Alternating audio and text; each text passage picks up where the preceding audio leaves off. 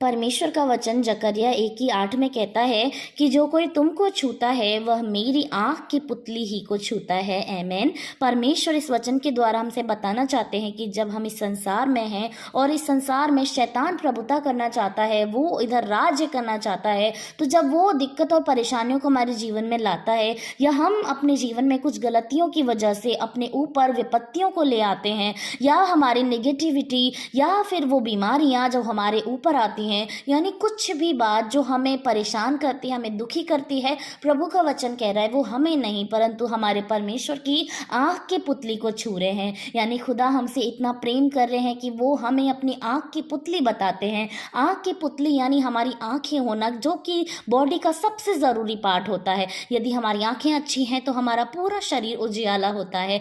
आँखें इस जीवन को देखने के लिए, संसार को देखने के लिए सबसे महत्वपूर्ण होती हैं। तो परमेश्वर वो महत्वपूर्ण हिस्सा हमें कहते हैं। हमारा प्रभु कितना महान है, कितना प्रेमी परमेश्वर है। हम तो कभी सोचते भी नहीं थे कि हम किसी के लिए इतने खास हो जाएंगे, लेकिन हमारा खुदा जो स्वर्ग पर रहता है उसने हमें इतना खास बना दिया है, इतना उत्तम प्रेम कर दिया है कि उसने हमें अपनी आँख की पुतली ठहरा दिया है। और जब हम परेशान होते हैं तो हम नहीं परंतु हमारे खुदा इनडायरेक्टली परेशान होता है, डायरेक्टली परेशान होता है। हमारा परमेश्वर हमसे अत्यंत प्रेम करता है। इस वचन के अनुसार हम इस वचन पर विश्वास करें कि सच में प्रभु हमसे इतना ही प्रेम करता है। तो क्यों ना हम उसके वचन को माने, क्यों ना हम उसकी बड़ाई करें, उसकी महिमा करें, इस जीवन में उसके नाम को ऊंचा करें, क्योंकि सच में हमारा परमेश्वर महान और अति महान है। सभी को जय मसीह की।